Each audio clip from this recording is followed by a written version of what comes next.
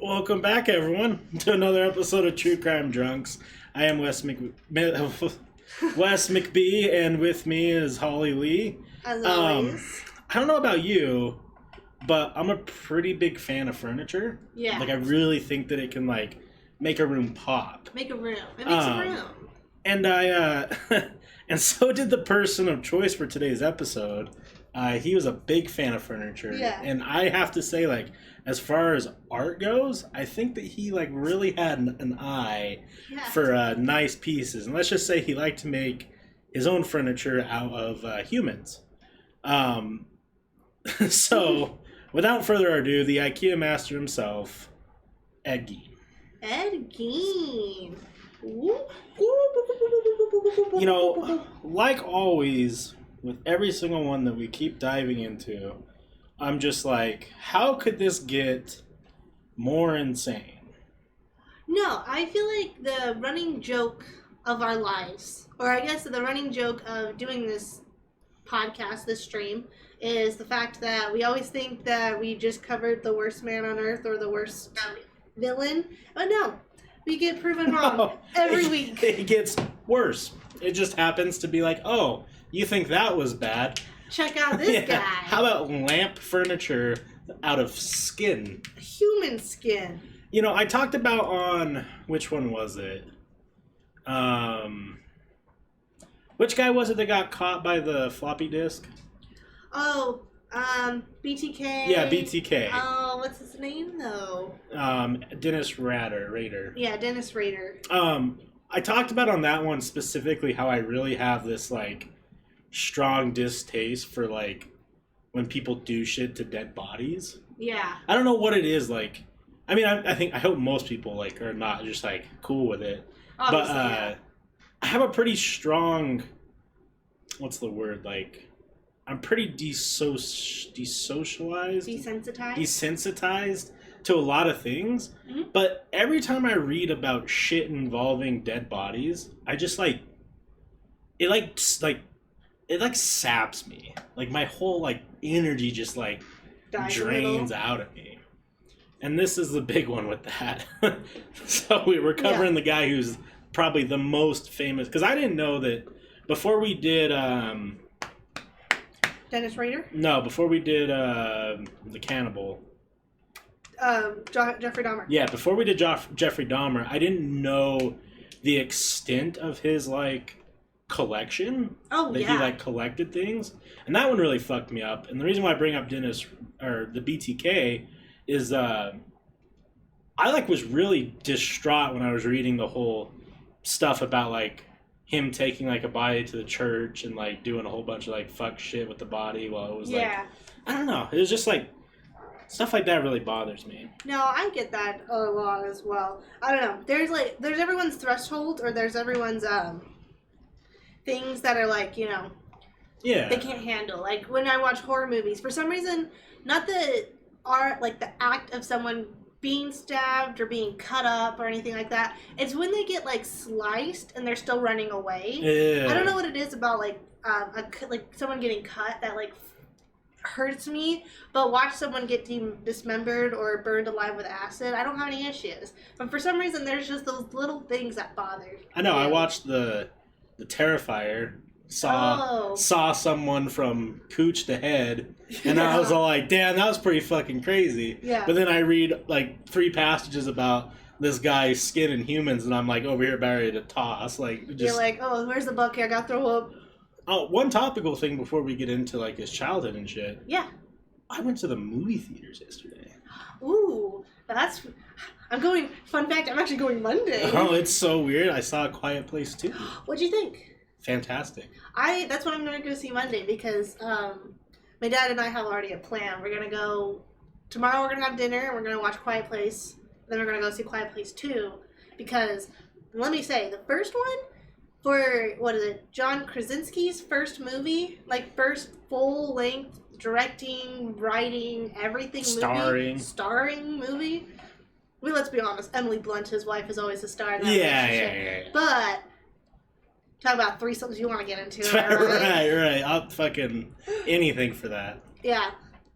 Emily But- can watch if she chooses. I mean, Oh yeah, let's Emily's just one be is. honest. Oh, she's great. But yeah, I'm really excited to see Quiet Place too because I love horror, but I love monster horror.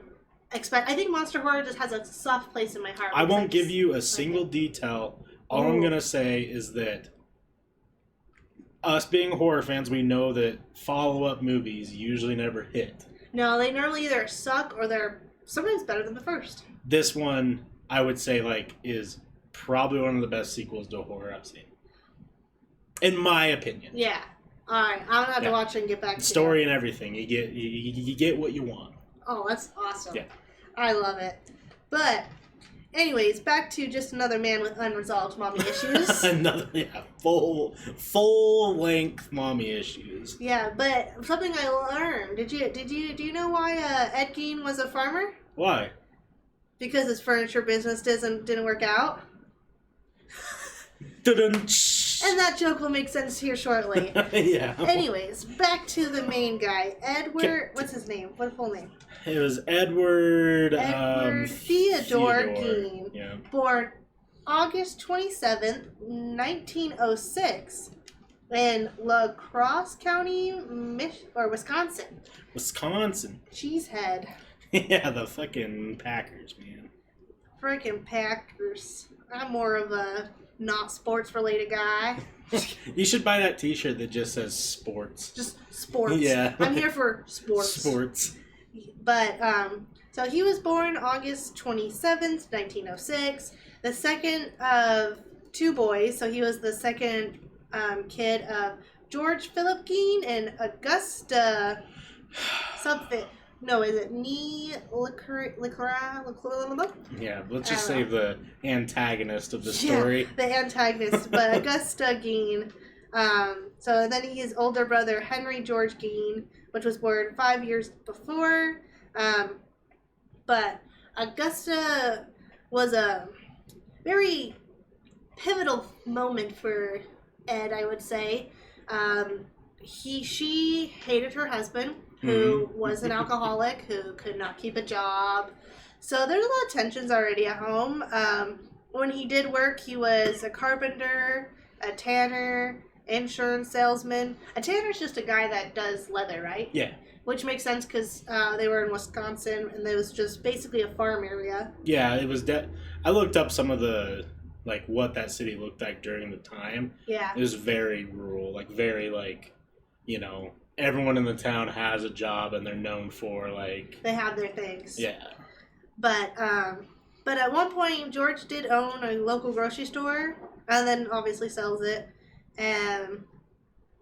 But during that time, they had a grocery store. They were kind of more in I would say kind of more of the city area. But then they sold the store and then bought 155 acres of farm in a town called Plainfield, Wisconsin. Very plain. Very plain. Which then became Gein's Gein family's permanent residence.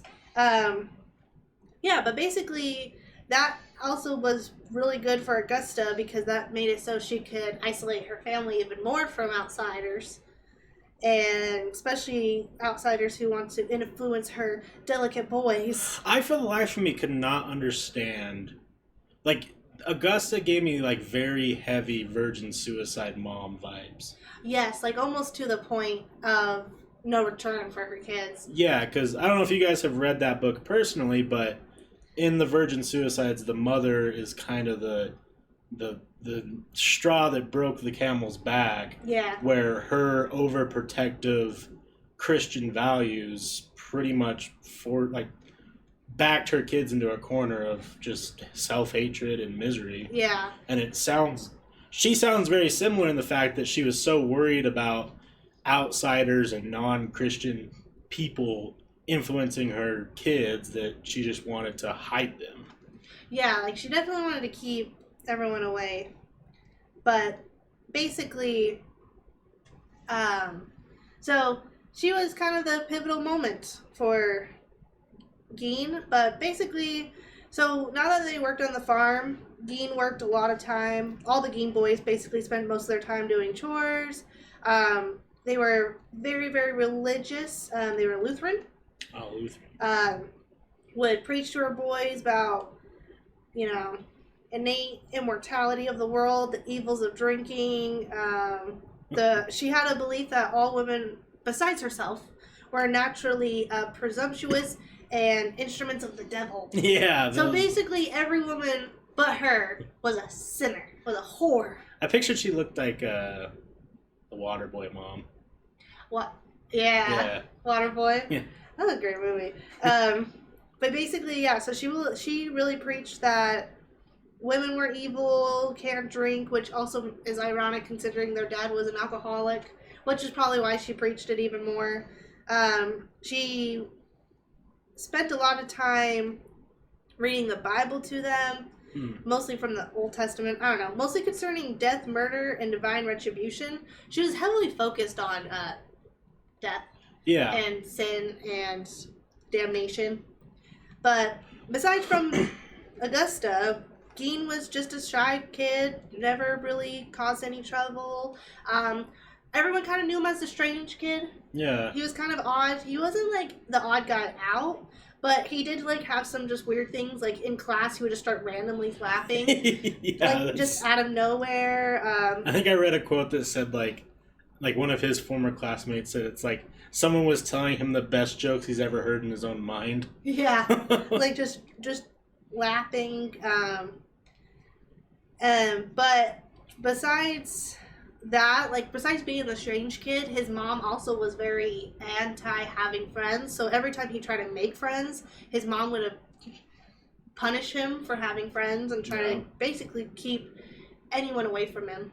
But overall, he was a good student. Besides being a kind of strange kid, he didn't have any influential moments that I feel like some of us. I read some guy's research said that he had gotten bullied a little bit for like a lazy eye and like some of his like social interactions, but nothing like, bullied like hardcore. Like people would just be like, "Oh, weird eye, kid." Like nothing like crazy. No, because I think the only ones we've covered so far that got heavily bullied was Elaine Warner. Yeah. She was bullied, but that's also there was a lot of things going on there. But anyways, she I want to see her fist fight people. I bet she just fucking. Oh, I bet she uses the nails. She fucks a bitch up. That's why I would not want to fight her in a bar. I'd want to be her friend she's fighting for in a bar. Because I know no one would fuck with me if I was friends with her. You want to be friends with her, so when some guy comes in starting shit, she just like bashes him with a pool stick and robs them. Yeah, robs them blind. And then kills them. But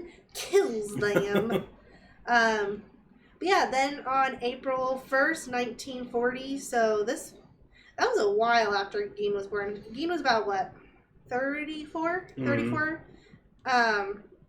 His dad died of heart failure, of alcoholism, at age 66. So then at that point, that's when Henry, his brother, and Gein had to start doing odd jobs to help pay for the farm. Yeah, it was kind of like, since this one was so far in the past, it isn't as well documented. It was hard to find I'm super fascinated with like what these murderers do like after like high school, and all I could really find was that he did odd jobs. He was a handyman. He would go and work for a wage. He wasn't ever like, he didn't work at a post office. He didn't work at He didn't go in the military. He didn't really do much after high school. It's like he graduated and then just started working and being a functional member of society. Yeah, there's a couple pivotal points where you kind of wonder like how deep rooted the problems were, and I think one of them came right at like a couple years after his father died of alcoholism, and that was him and his brother were working on the farm and they needed to burn down some vegetation. I mean, a lot of farms do that to kind of clean it up, so get ready for new crops. And the fire had gotten a little bit out of control, and then when the firefighters were called and arrived and helped extinguish it, Ed said that his brother had gone missing.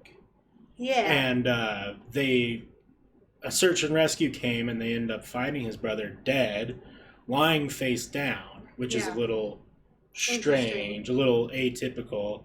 And then the cause of death was linked to heart failure, and there were no burns or injuries. And they didn't suspect foul play, so there was never really any investigation into it. However, later down the road, when he was being interviewed for things, he had made a couple slight suggestions that he may have killed his brother that day. Yeah. They link it to asphyxiation, so through the smoke, probably like cutting off his air. Getting to his lungs. But there's a report that was filed that showed that there was bruises on the top of his head. Yeah. But that was never brought up in court, like later on. It was never brought up in court. It was never brought up in the investigation or anything. And a lot of people think it may have been like a Cain and Abel thing where like he wanted to take out bigger brother, show his dominance, but he never fully admitted to doing it. No, because if I remember correctly, Gein and his brother had like a somewhat good, healthy relationship, except for the fact that Gein was a mama's boy and Henry realized that their mom was crazy. Because I think he had like a wife and like got out of there as soon as he was able to. Yeah. And like kind of lived his own life. And it was, Ed had talked about seeing, like later on talked about how watching his brother fight with his mom really like bothered him. Yeah. Because that's how, to put like the mommy issues and like the mommy thing in like perspective, it was like his like, in like his deity, like his mother was like his god pretty much. Yeah. Which you don't, that's never a good thing. No. I mean, anytime that we start talking about these serial killers and having interesting moms, it never leads to a good point. Like I said, just another man with unresolved mommy issues. Yeah. After his brother died, though, this is when things started getting, like, things escalated quickly, so... Got real testy. Yeah, so only his mother was alive now, and she actually suffered a stroke shortly after Henry had died, and Ed pretty much said, excuse me, Ed devoted his whole life to taking care of his mother and the farm. Yeah. He said, enough's enough, I'm not going to do anything else. I'm going to make some money, I'm going to take care of mom, I'm going to take care of the farm, and that's it.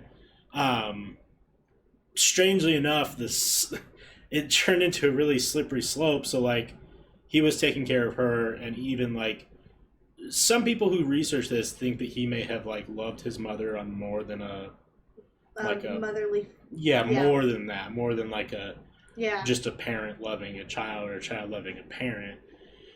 She ended up having another stroke shortly after the first one, and her health declined rapidly. And then she ended up passing away on December 29th of 1945. Yeah. And there's a famous quote from someone who researched this. His name was Harold Schechter. Schechter. And he says he had lost his only friend and one true love, and he was absolutely alone in the world. Yeah. And if you do any research on the studies of being lonely and mental health, it's pretty big. It's pretty big. And I to add on to what you were talking about, something happened after his mom had the stroke, and before she died, they went to this person's house, and for some reason, it was we're told that like when they got there, they saw the man who owns the house beating their dog. Yeah. And like beat the dog to death. And then the woman coming out and yelling at her husband, like, what are you doing?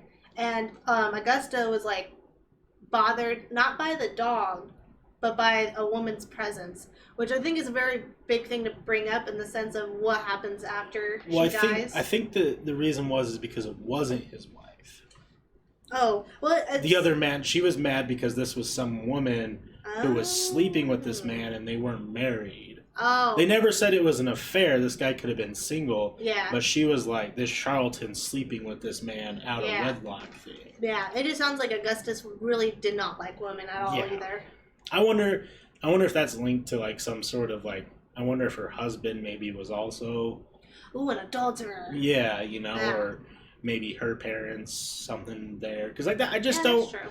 I don't think that's something that's learned. I think that's something that you have to like experience to like start hating. Yeah. Like you don't. No one's born a bigot. No. Right. You have to learn to do it. Because, I mean, the Yeah. way she preached about how women are just sinners. Yeah. Except her. Yeah, except her. She's a godsend. Holiness.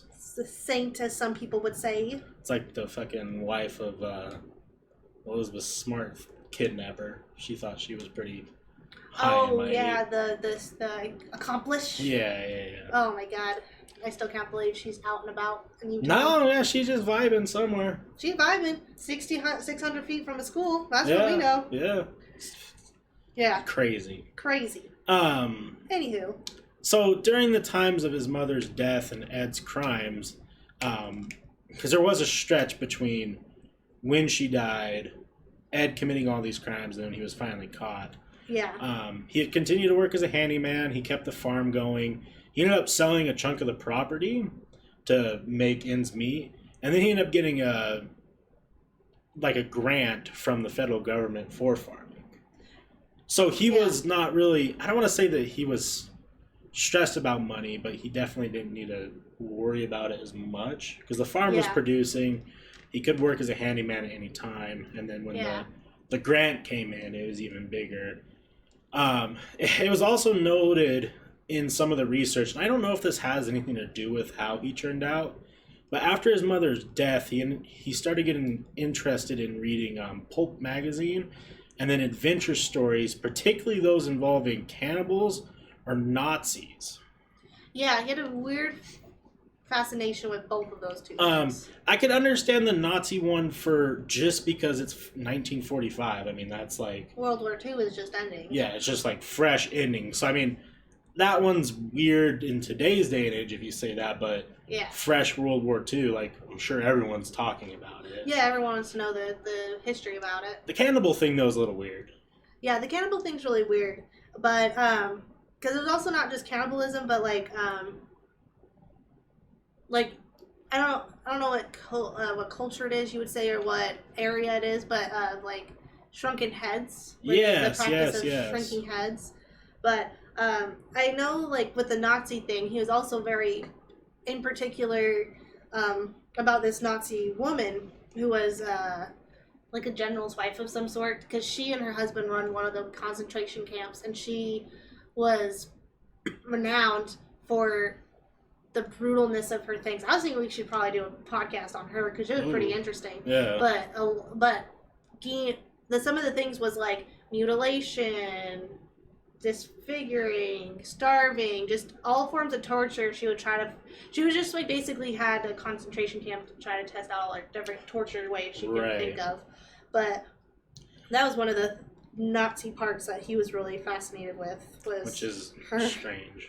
Yeah, a little much. When we start getting into Ed's actual crimes, some of it's shrouded in mystery.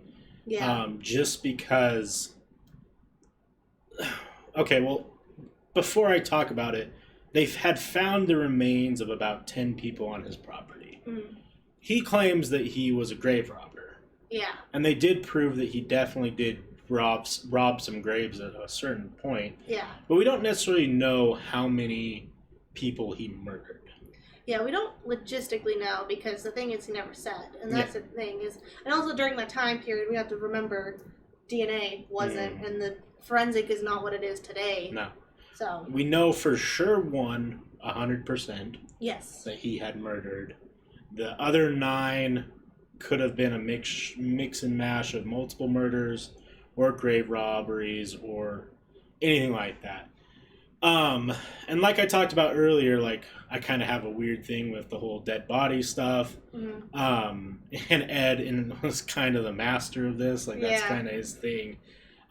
So I personally am going to skip over a little bit of the details as far as like things that he did, and I'll highlight the one that we know for a fact. Yeah. But the biggest thing is like he had a fascination with experimenting on these bodies. Kind of like, it kind of reminds me of H.H. Holmes a little bit, where he was like experimenting with how he can make money with bodies. Yeah, like get that insurance money, you know? Yeah, and like his whole entire shoot to the basement to have these like kids work, Yeah. and like they thought they were working on animals, but it was bodies. Like it's crazy to think about. a whole thing, but it sounds like to me like maybe Ed did get a little brainwashed by these books and wanted to start experimenting himself. Yeah. So we'll go to the one victim that we know about, and that was the last one. His last victim that we know of is the one that he got. He wasn't good at what he did, like as far as murdering. He got caught pretty easily.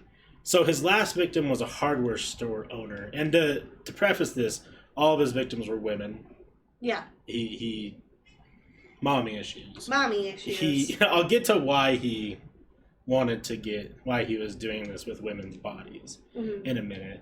So he on the night of November 16th of 1957, the store owner's son returned to the shop to find blood stains on the ground and the cash register missing. The store owner's son was also the deputy sheriff by the owner of Frank Warden. I like to mention that because Frank was probably the reason why he got caught. Frank got some investigators on the scene, and he was there the day before in the store when Ed had showed up and bought a couple items. Yeah. And he told the store owner, who's a woman, he said, "Hey, I'm going to be back tomorrow for some antifreeze." Yeah. Okay. So fast forward to the next day, they start searching through the building, like the hardware store, and they find a sales slip for antifreeze. Yeah. And it was the last sales slip on the whole entire register. Yeah. Like because I mean, you didn't used to do like electronic. Your sales slips were tags. They usually would put it like on a stick or something to hold them. Helps with inventory. Yeah, helps with inventory. Helps them. Helps with the books. Cash flow books and stuff. So they kind of put two and two together, and they're like, okay, well, I guess we'll go talk to Ed. Well, upon arriving at Ed's property and doing a little bit of investigating, they found a woman's decapitated body in a shed, hung upside down by her legs with a crossbar at her ankles and ropes at her wrists. The torso was dressed out like a deer, direct quote from one of the investigators, and she had been shot with a .22 caliber rifle, and the mutilations were made after her death. Well, I mean, I'm glad that she wasn't alive to suffer through that. Yeah, thankfully. Now, this is the part of the story that really puts him on the short list of most infamous serial killers of all time, is the things that they found inside his house. Yes. Because if you really take Ed Gein's, track record, it's not, it's not a BTK, it's not a Gacy. No, because I think it sounds like, because with BTK, he butchered or bond, tortured, killed. Yeah. So he was putting them through pain. Yeah, and it's before. It's not like number wise. It wasn't like Dahmer. It wasn't like a lot of these people who murdered a lot. Yeah. We know Ed murdered one for sure. Probably grave robbed most of it. Yeah. But what makes him one of the most prolific serial killers are these items. So let's go through this list of items that were taken from his house. So, whole human bones and fragments, a waste basket made of human skin covering several chair seats, skulls on his bedposts, female skulls, some of the tops sewn off, bowls made from human skulls, a corset made from female torso, skin from shoulders to waist, leggings made from human leg skin, masks made from the skin of female heads, one of the victims' face mask in a paper bag, and her skull in a box, another victim's entire head in a burlap sack. Sorry, I lost my place in the... one of the victim's heart in a plastic bag in front of Ed's potbelly stove. 9 vulva in a shoebox. Yes, that is not the car. The female anatomy. 9 of them in a shoebox. a young girl's dress and the the lady parts of two females judged to have been about 15 years old. A belt made from female human nipples. 4 noses. A pair of lips on a window shade drawstring. So the thing that you pull to close and open your windows. A lampshade made from the skin of a human face. And last, fingernails from female fingers. I mean... Did I miss the labias? Yeah, the vulvae. The vulvas? Vulvas.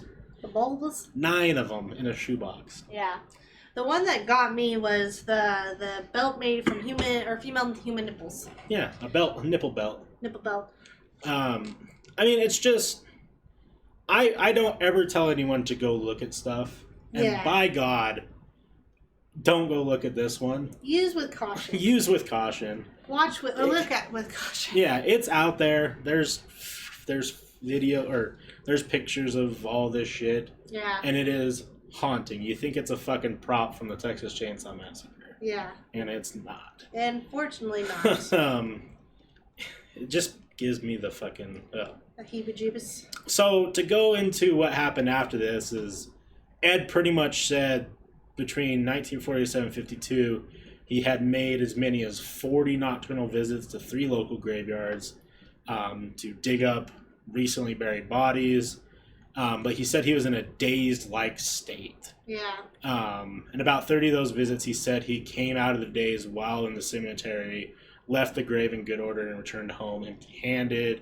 But on other occasions, he dug up the grave that our recently buried middle-aged women he thought resembled his mother, and took the bodies home, where he tanned their skins to make them his paraphernalia. Yeah, his furniture, his collection, his I don't know what you want to call it. So Ed, I guess I'll get to the point.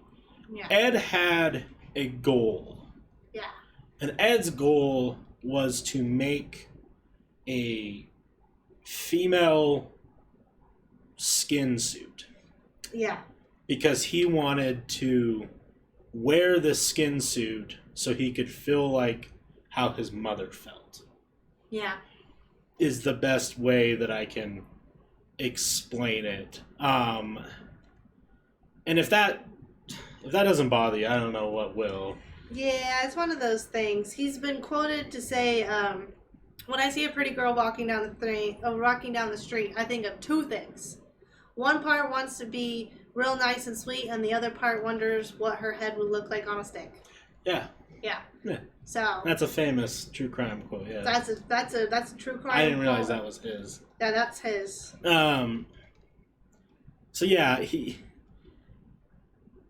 I guess the quote was he could become his mother to literally crawl into her skin. And Gein denied ever having sex with the bodies. He explained that they smelt too bad. I'm glad that was the only thing that was holding him back. Yes, right? Yes, the smell, of course.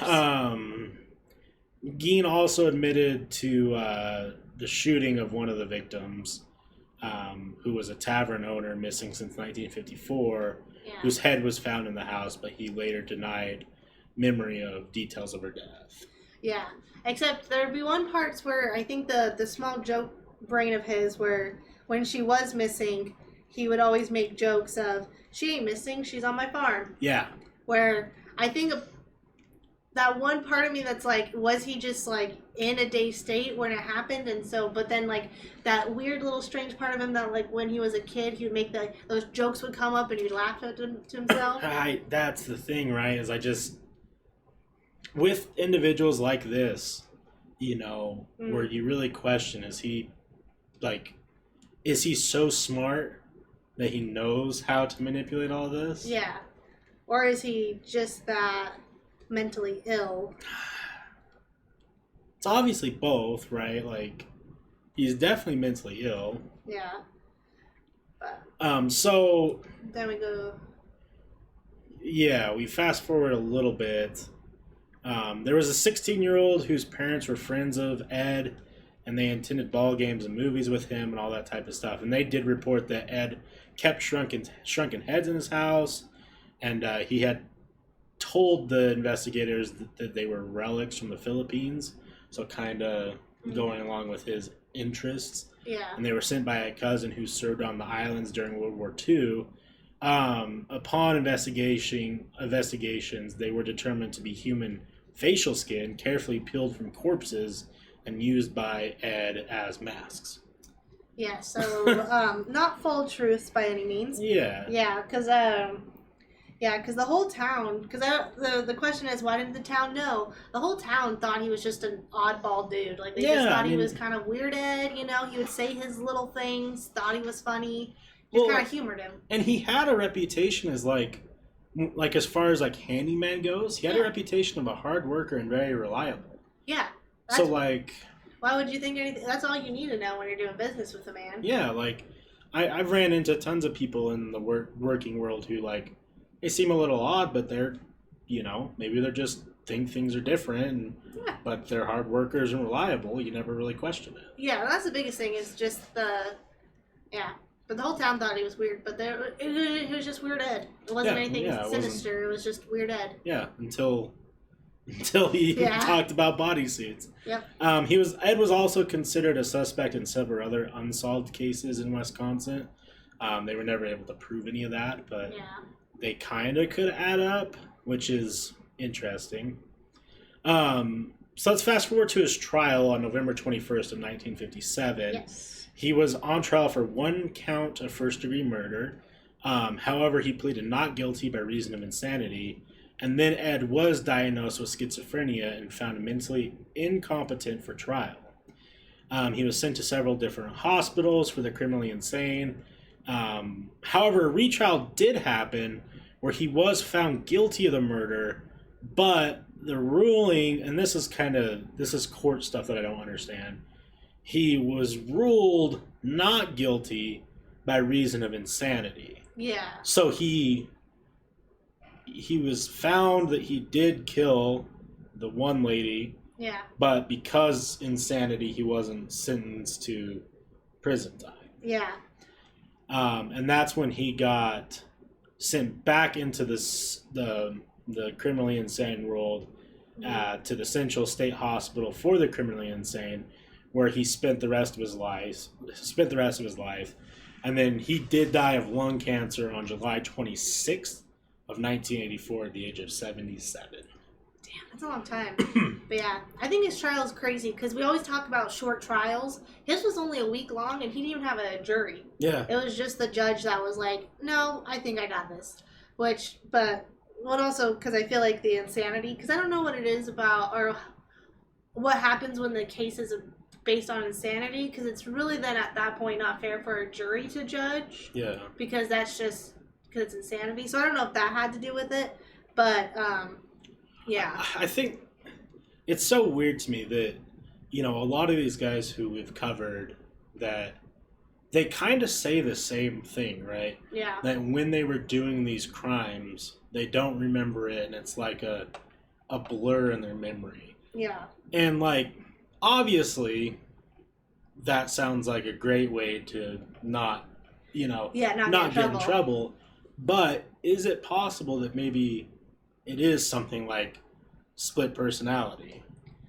That's what I always wonder too, because it was hard doing our research for our psychology episode. It kind of turned more into just to the what is a serial killer, and all the different types.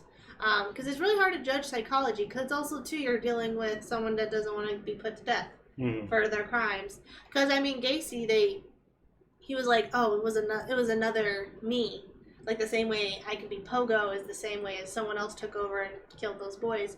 But with multiple personalities disorder, most of the time when you go from one state to another, you don't really remember what happened in the previous state. Right. It all depends. And also multiple personality disorders is a very weird spectrum as well. Yes. And it's also like a lot of people don't even believe it's a real thing. Well, and then the schizophrenia diagnosis is interesting too, because that harkens back to what his classmates had said about him laughing at his own jokes. So I mean, if he really did have schizophrenia, they could have been talking to him. Yeah, no, definitely. Because, like, with schizophrenia, it's mostly sounds. You don't really normally see another person. It's normally you hear sounds. Yeah. Having an ex that was diagnosed with mild schizophrenia, I remember because he would all of a sudden, like, stop looking. And then he'd be like, did you hear that? And I'm like, no, what are you talking about? Yeah. So that's a fun fact. Yeah, so because with schizophrenia, it's more of, like, sounds and voices in your head. But sometimes you do see people. Like, I think, like, with the Beautiful Minds... he saw people. Yeah, it definitely can also be hallucinations. Yeah, just depending. It's also mental illness is just a spectrum. Yeah. Yeah. And I don't know. I think that in talking with Ed specifically, yeah, I do lean more towards that he definitely had some mental illness. Oh, most definitely. But I don't think that he. It's so tough to say, right?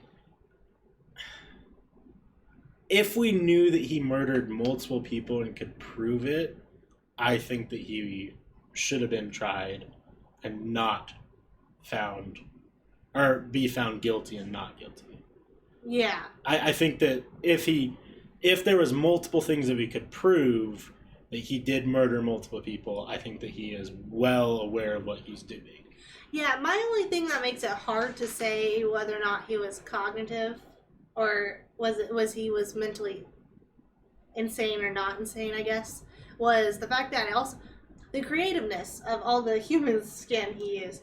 I don't know, there's something about that that's just like, because like I can understand like a blimp, like Ted Bundy's, if you said he was like trying to play it off as like, oh, it's a blimp, I don't even remember it happening. Yeah. Because it's you kill, you dispose of the body, you don't touch it again. With Gein, if it was a blimp, it's like he was experimenting. He was experimenting. So that's the only reason I have a hard time with it. Like, I feel like it still could be like a big mental illness thing, but I have a hard time thinking it's like something taking over and he doesn't remember it. Because the thing is, his entire house was experimentations. Like, I mean, the drawstring from the window with lips. It's like that takes some thought and some practice. Yeah. It's not just something you just willy-nilly. Yeah, and then because also too, it's like, if that's the case, then you would come home and you're like, oh my god, what is all this human skin? Yeah. Like, there had to have been a little something. I just don't buy it. I don't buy that he didn't realize he was doing these things. Yeah, I don't feel like there's no way that I don't think he couldn't comprehend exactly what he was doing. I think in a sense, like, yeah, he was still a mentally ill person that did all these things, but you can't tell me the man made a trash can of human skin and didn't know what he was doing. Yeah, he didn't wake up the next morning and be like, oh, this is fine. Yeah, I mean, every time you throw a piece of paper away, you're like, oh, there's Janet. Yeah, I don't personally buy it. And I also think, though, if he didn't have the convicted murder, he probably would never get talked about. If he was just a grave robber and doing this shit, I don't think he would have been as notorious. That's a good question, too, because, I mean, then again, Ed Gein is the reason why Texas Chainsaw Massacre is a movie. It's the inspiration for Buffalo Bill, Silence of the Lambs. Well, the biggest one is Psycho. And Psycho, because of his mommy issues and the burying of the body. Well, I went and saw that in theaters. Oh, that's a great movie to see in theaters. Psycho, the original. You saw it in theaters? They did a re-showing. Oh, like one of the Cinemark's throwback movies. That would have been cool to see. That one was good. I saw that one in Dracula in theaters. I hope they start doing those again because I want to go see them. I hope so too. They are really good because watching Psycho on the big screen and then because that was actually my first time watching Psycho in theaters, so that was really interesting. But Psycho because I mean. And then American Psycho. Yeah. With what's his butt? Oh. The Batman guy. Batman. Is that what that one's called? Yeah, American Psycho. That one's interesting. That one's really good. They gave both those directors said it was because of Ed Gein. Yeah. And Texas Chainsaw Massacre was a weird one because they took a lot from what he did. Yeah. But then they tried to say that it was based off true events, and I found out that it's not. No, I don't know if it was just like a movie ploy, if they were like, these are based off real events. Because, like, no offense to Texas, but I could see someone in Texas, Hobunk Town, all that, Yeah. all the Some other fucking- brother loving, sister loving that Some goes brother down loving. there. Yeah. But because yeah, they did try to play. Because I remember reading about it. Because when we were reading this, and then I read that it was Texas Chainsaw Massacre. Yeah. Took a lot of inspiration from them. It was kind of one of those things where I was like. Then I looked into Texas Chainsaw Massacre, and essentially, they wanted to make like they wanted to make it a true story, so they picked the truest story you could think of, and that is Ed Gein's. There's more too. More references in pop culture. Oh yeah. Apparently there's a musical called Ed Gein the Musical, and it's in Australia. Oh wait, no, is it? I don't remember. Let me see. There was a couple other ones I wanted to mention. Were you thinking the Rob Zombie films? Yeah, House of Thousand Corpses, Devil's Rejects. Mm-hmm. Obviously Buffalo Bill is a big one. I thought there was I thought that he was an American Horror Story as well. Oh no, I could definitely see it. Season 2, the Sane Asylum one. No, that would actually make perfect sense because season 2 of Sane Asylum, the villain guy, he used to use skins of people to make himself a suit. Yeah. Yeah. I don't know if they used it exactly because of Gein. It just had obviously the skin aspect is the same as Gein, but I don't know if they. Oh yeah, there you go. And the character Dr. Oliver Thredson in the TV series American Horror Story Asylum, which makes me so sad that a lot of people hate that second season. I understand, but I don't understand because that season actually freaked me out the most. People have this weird problem when aliens get brought into things. Yeah, because a lot of people are just haters. I'm gonna get a lot of flack for this one. Yeah. I fucking loved the Crystal Skull Indiana Jones movie. Yeah. And people are like, that's the worst fucking movie I've ever seen. I'm like, why?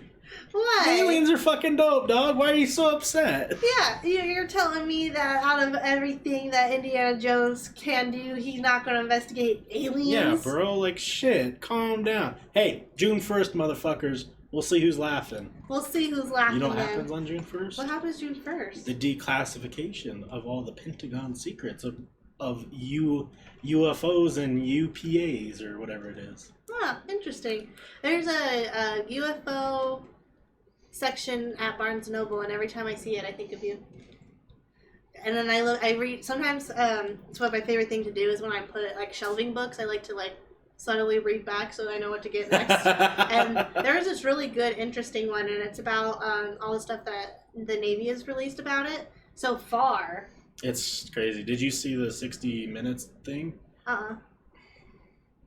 It was mind-boggling to me. So, like, they had a guy on who worked on one of the big, like during, like, the early 2000s, he was a part of the main team researching UFOs, and then they cut his budget, but now he can talk about shit. Ooh. And he's now, again, working with the government on a new budget. But in the documentary, he pretty much was said, like, oh, no, they told you guys they were out there. We're past that. We're now researching. He says that there's a UFO or an unexplained aerial phenomenon that happens every day. You know, I'm going to say right now, you and Ari would get along very well. He loves talking about aliens. Aliens. We can bring it up next time when Aiden gets here. All alien talk. Yeah. So that kind of wraps it up for Ed. Yeah. I think that, you know, since this was during the 1940s, there's not as much research. It seems like we've been running into that problem where unless they're like a superstar serial killer like Gacy, it's hard to find a lot of research. Like, a lot of people talk about it, but there wasn't actually a lot that we know about the crimes. Yeah, and also, too, there's just not a lot to investigate because there's no way to really understand what exactly all happened in his house. I mean, because we have, like, the furniture, I guess you could say, the decorum, but it's hard to say what all happened because, like, he got convicted on 1 count of murder. We're pretty sure it was 2 counts of murder, but it could be over a dozen, up to 10. Because, like, I mean... That's at least the amount of people they found on his property. On his property, let alone... And he said that he dug 30 to 40 graves. Which is also like, did he just dig them up, steal the vulva, and leave? Yeah, I mean, Tasteless joke. dude was fucking... If anyone got pussy, it was that guy. Yeah, for a virgin. Yeah. He really got a lot of pussy. That's the joke. That is the joke, damn it! For a virgin, he got a lot of pussy. Roll the clip and start again. Yeah. One more time. Run it back. For a virgin, he really did get a lot of pussy. Alright, keep those 2 jokes I have in here for the clip of tasteless jokes I do. Yeah, the tasteless jokes. Yeah, but yeah, unfortunately there's really just not a ton to say. On the scale of creepiness, I feel like he gets a goddamn I would never want to meet him creepy score. Like, there's some sick part of me that wants to meet some of the serial killers just to say, like, just to meet and have a talk with them.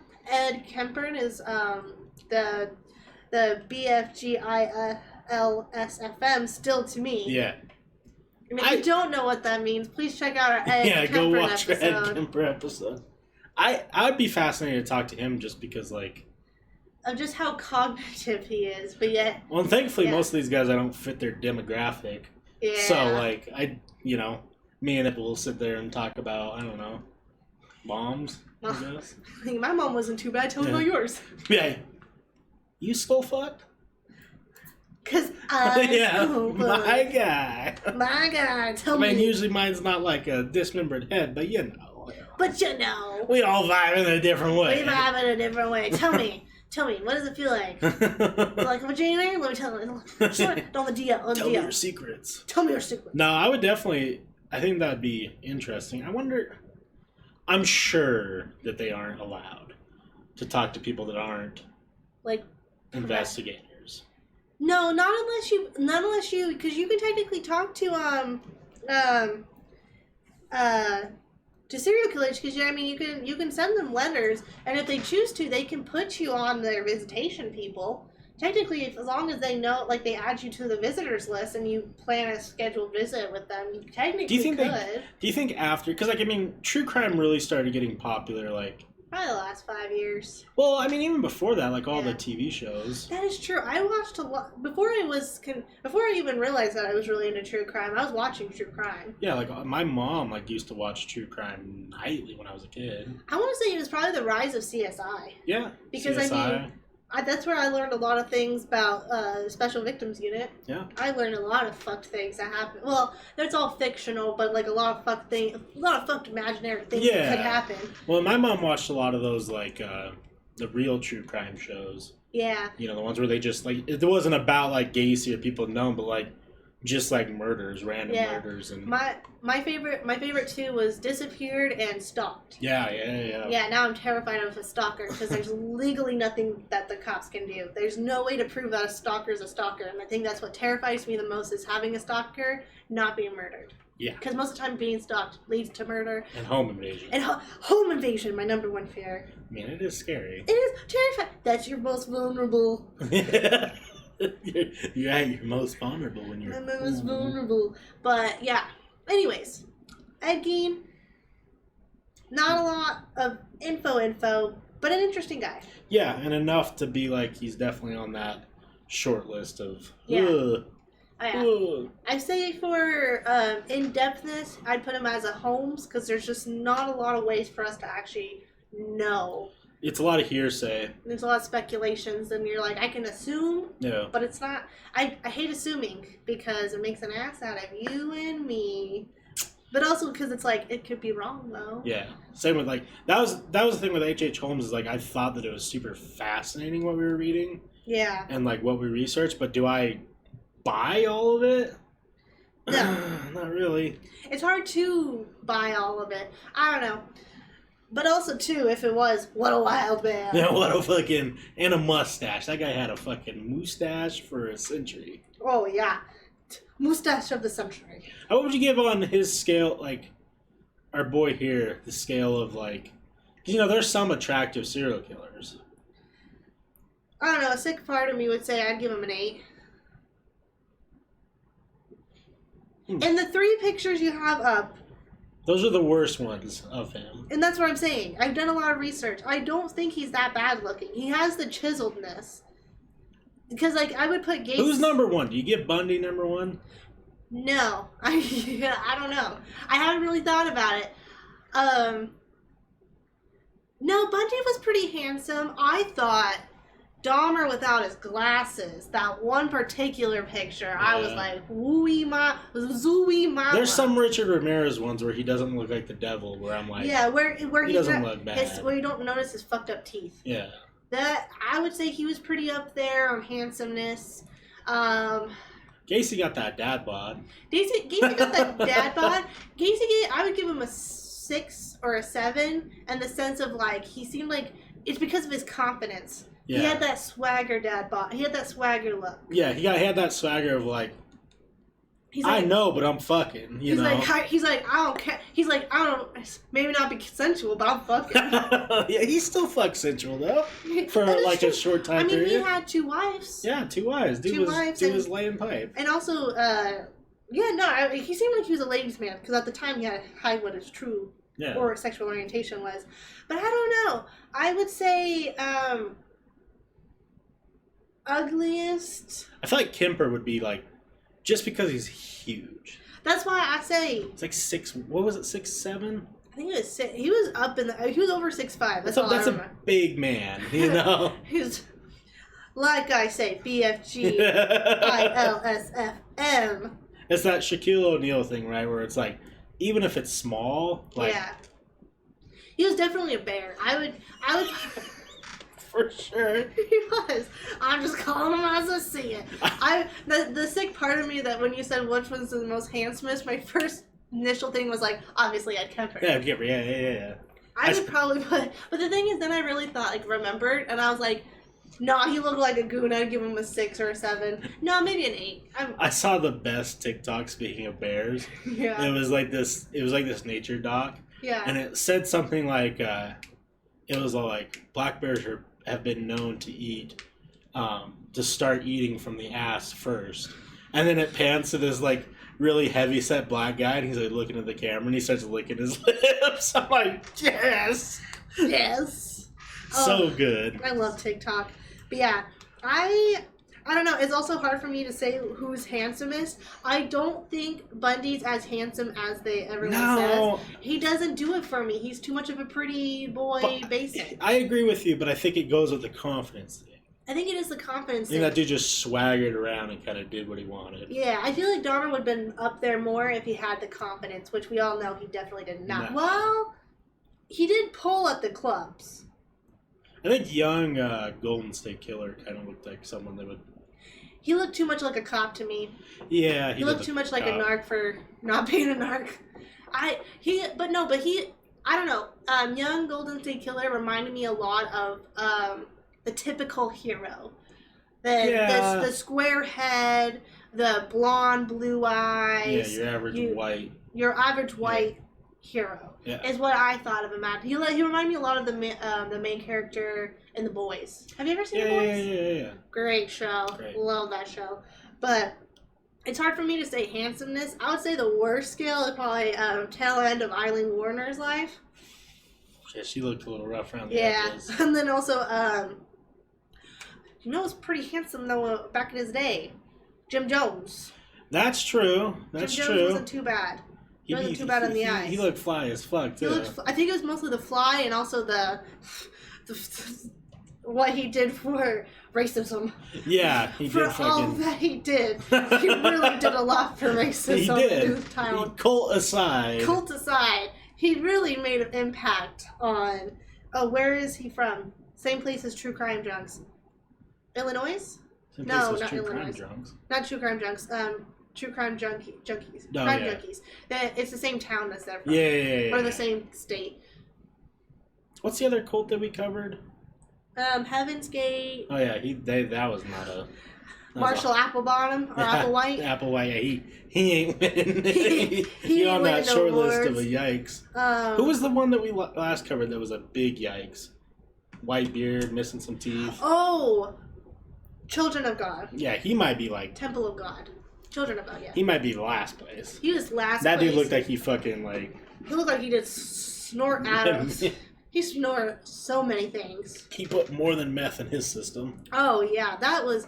For a cult, that to me still is the number one cult that fucked with my mind the most, in the sense of, like, how do I not know this? Because I know what happens in Jim Jones. I know what happens with Marilyn Manson. I kind of knew Heaven's Gate somewhat, but, like, I think it's also because, like, I also knew all the outcomes, so I understood what happened. Right.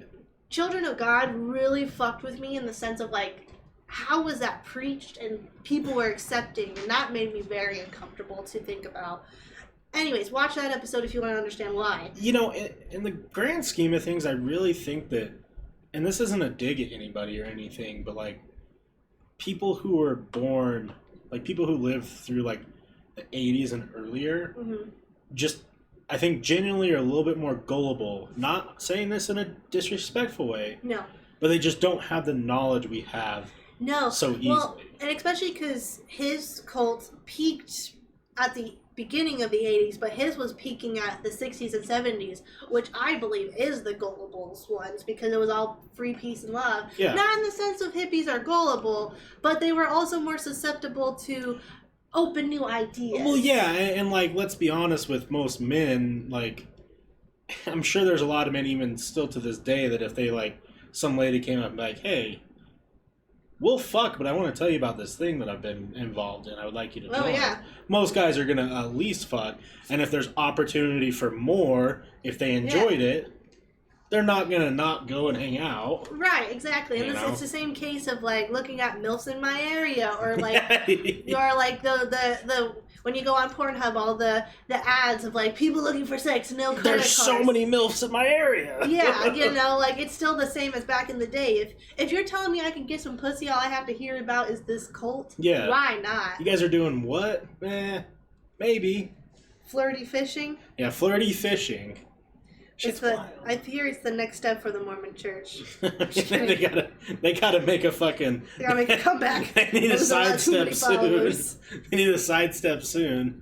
Yeah. They will. They'll figure something out. They'll figure something out. They'll bring them back in. They're like, there's something on something. They'll come back. You know, the gays are pretty cool. You're all welcome back. Yeah.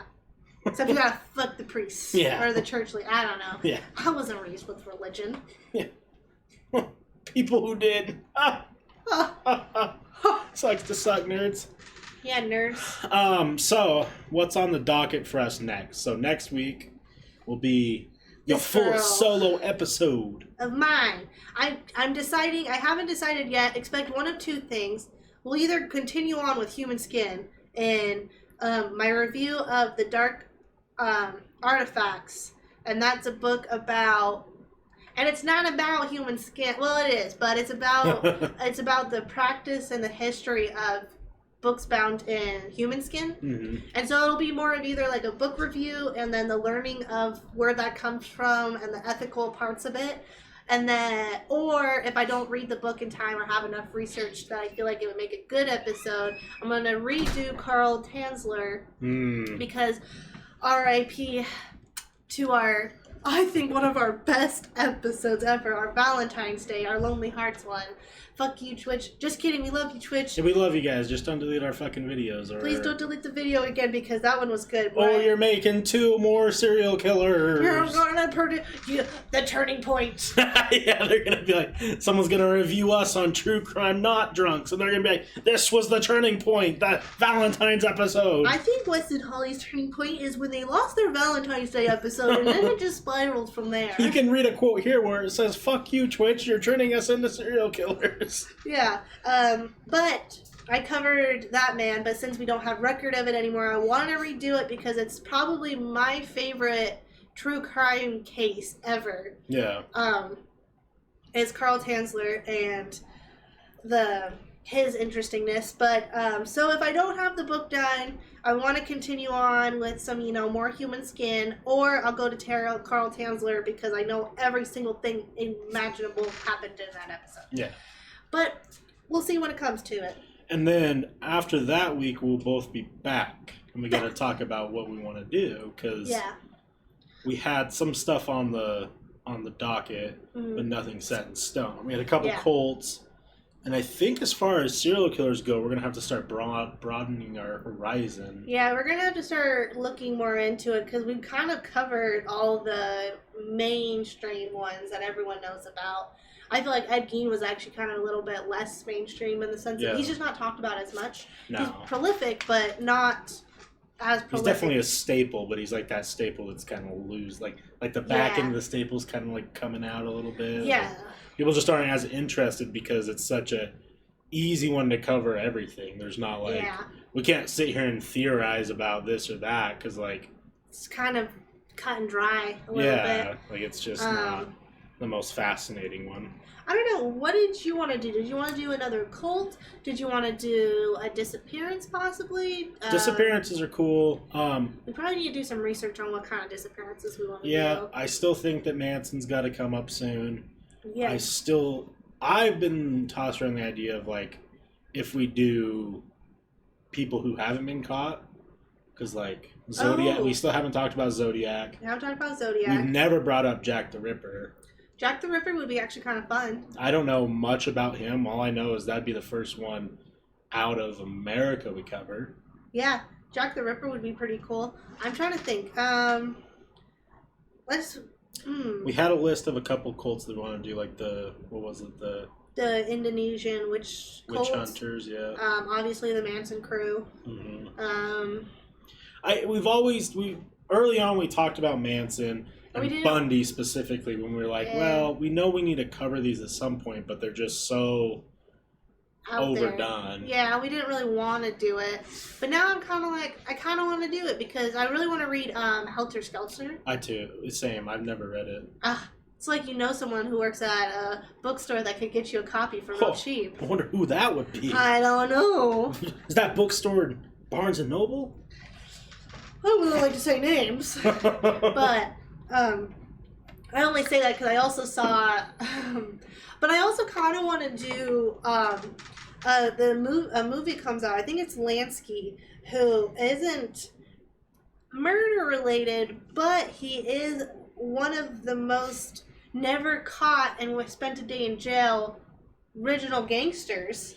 That would be cool. That would be cool because I am going to go see that movie. I don't know when it comes out. Let me look it up because maybe we can correlate. I'm a big fan of American gangster history. As anyone who's ever talked to me about movies, gangster movies are the one thing I cannot. If you tell me you haven't seen Goodfellas, you're not someone I want to talk to. If you haven't seen Goodfellas, get it together. What's it called? What would you say your favorite gangster movie is then? Oh my god. Ooh, but the thing is, I really loved Casino. Casino is really so good.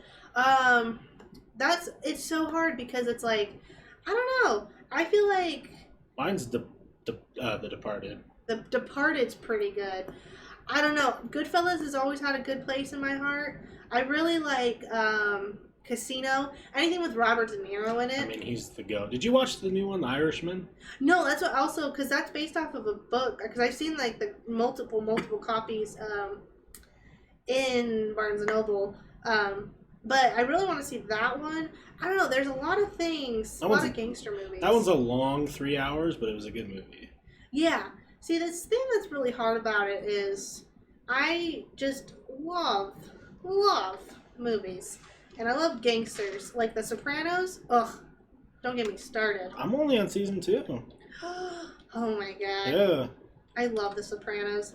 I just love gangsters. That's kind of why I was like, I kind of want to do a gangster episode, and I cannot find for the freaking life of me the gangster. Anyways, he's the reason why we have Las Vegas today, is what I'll say. And he's never spent a single day in jail, and the reason why he got out of it is, to me, the most iconic, most badass way you can do it. Right. But yeah, who should we do? He's someone that we should add to the list for sure. Harold Shipman.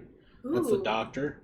Oh, yeah, Dr. Death. Yeah, 218 potential victims. Damn. Gacy, Holmes. Pedro Lopez, we've talked about.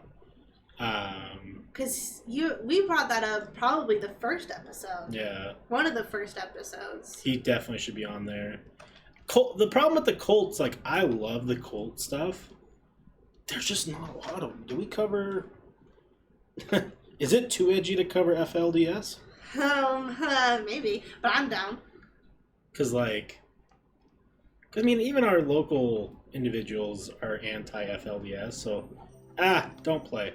I feel like, maybe not the whole FLDS, but Warren Jeff's community. Yeah. That would be considered a cult to me. Yes. To be honest. Yes. Hit that Rolling Stone one. I don't know if we covered all of them. That one's where I got Children of God on it. And so that one's has some actually really cool ones, because those ones are American. People's Temple. Ooh, we didn't do Never that heard one. of that one. The Branch Davidans? Oh, that one went on for 55 40 years. It looks like there's fire. Seventh Day Adventists? Spiritual wives, tell me less. Say less. Yeah. If there's women getting fucked, I want to hear about it. God damn it. Too far? No, Not far perfect. enough? Not far enough. There's Solavinias?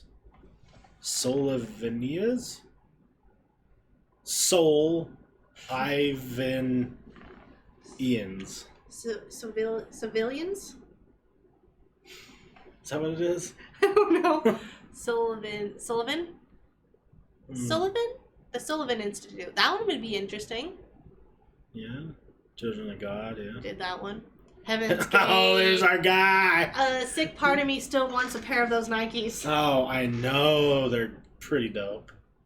One, they also look good. I mean, do you want to do... Because I love Colts, and, I mean, I've never heard of the Branch of... Davidans? Let's do that one. That's cool. Alright, let me pull it up. Yeah, let me write this down so I don't forget. Same. So we'll get... To explain the schedule so everyone understands, we're going to do our absolute best from this point on to do weekly episodes. Yes, last one was an outlier. Yeah. Life happens. Life happens. Life happens! Get over it, gosh. Life happens and then you die. So next week, we'll be live. Do we want to say, like, around what time, or do you think it just kind of depends? I'm off that day, so it shouldn't be, like... too late. I would say about the normal 3 to 4. 3 to 4?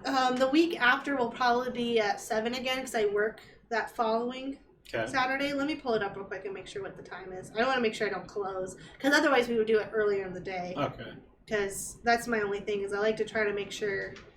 Yeah, if it's on Saturdays and you work. Oh, I'm actually off the 12th. We can do it whenever. Okay, perfect. So next week, plan on solo episode by Holly, Probably around 3 or 4-ish. And then the week after that, we'll be back here doing our double episode with, or not double, but our normal episode covering the Branch Davidans. We'll figure out how to say it in the next time. Yeah, I do that all the time. I'll go research it because, like, I'll be honest with you, I didn't know if it was Ed Gein or Ed Gein. Oh. So I had to go and watch something. I'm like, it's Gein. Okay, Gein. cool. Mr. Gein. And then after the episode on the Branch Davidans, I will do a solo episode. I have a couple things in line, but I'll talk to you guys as the time gets closer. Yeah, so if you want to hear about Carl Tanzler or about more human skin things, just, tune in next week. And also tune in because we're pushing for affiliate. So we're at like a 5 average, so our average is good. We just need to stream more so we can get our affiliate, and then just another little... It's a nice little achievement for us. Yeah, because then you guys can pay us if you want. Yeah, fucking, we need a salary, brothers. You can't, just sub. And we'll when we make $500 sub, we'll bring back Forrest and recreate the Mayo beard. The Mayo beard, oh no. Never again. Never again. Goddamn Mayo beard. Goddamn. Thanks for tuning in, guys. Yeah, it was a great episode. It was nice being back, and we will catch you on the flippity flap. on the flips. Bye.